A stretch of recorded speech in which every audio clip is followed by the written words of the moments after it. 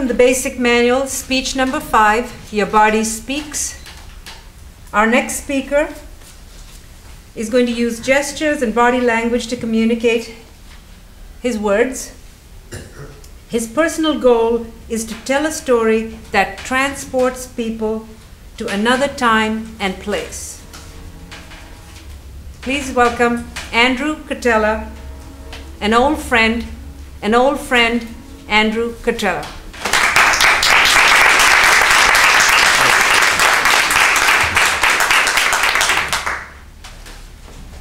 Richie Havens has been making music for about 50 years. Now, I don't exactly know Richie Havens, but Richie Havens is a friend of mine. It all started way back in 1967. It was the summer of love, and what a magical time it was. My friend Janet and I were walking along Greenwich Village, smoking some medicinal herb. Herb, I should say. And we just happened to notice this interesting store. So we went inside.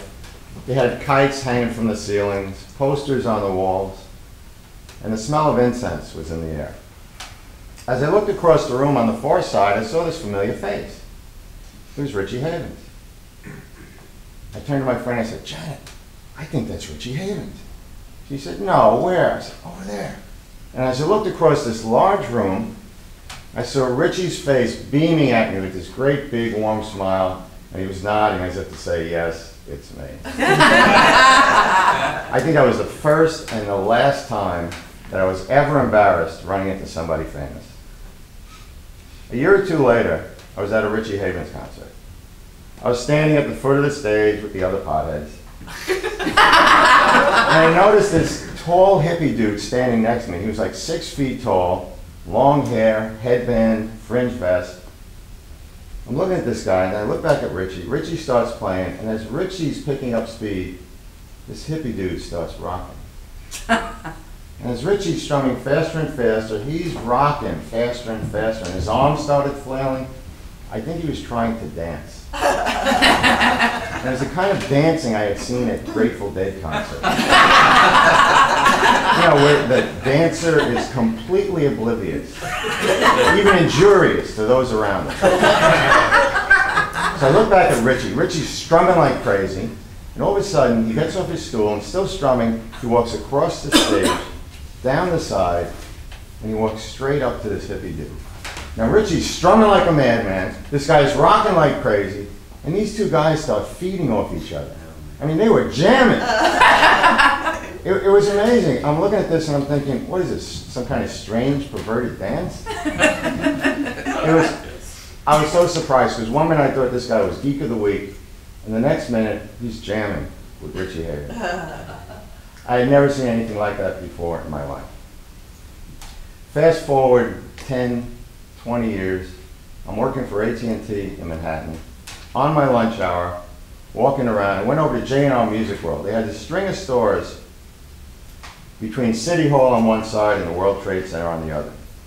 And I went over to check out this new computer store they opened. They had all this hardware and software I'd never seen. So I went inside, I'm looking around, and as I'm walking around, they made this announcement, appearing in 15 minutes, in a music store right down the street, Richie Havens. Oh my God. Well, I figured, been there, done that, so I still was walking around, looking around, but they were so persistent. It was appearing in 10 minutes, appearing in 5 minutes, Richie Havens, right down the block. I figured enough already. So I went to check out Richie Havens. As I walked in the door, Richie broke into my favorite song by him, Just Like a Woman. And it was perfect. He did a few more songs, then he started signing autographs. And I looked at this and I thought, well, that's a pretty pathetic sight. I mean, how uncool is that? It's so lame. Maybe I should do that. The line was going down. I figured Richie's going to leave in a few minutes. So I run over, I buy the CD, and I go running over. I'm the last guy in line. A few minutes later, it's just me and Richie Havens reminiscing about Woodstock. Not bad for lunch hour in Manhattan. Later, when I got home, I showed my son what Richie had written. What he wrote was, "To Andrew, a friend forever, love Richie. Now, I thought that just about sums it all, but there's a coda to this story. A few years ago, I was in the Hamptons at a Richie Havens concert, and frankly, the music had been disappointing. My son wasn't impressed, and I was disappointed. The music just wasn't that good. But then Richie came out to do an encore, and he came out without any musicians, without a guitar, just him and that great voice.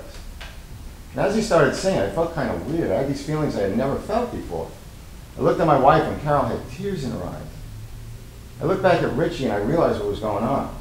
I was actually concerned for his welfare. I was concerned he was putting so much of his heart and soul into that song that he was going to hurt himself. I was afraid that he was putting so much into that song that he was actually going to collapse. He was up there all alone without a net.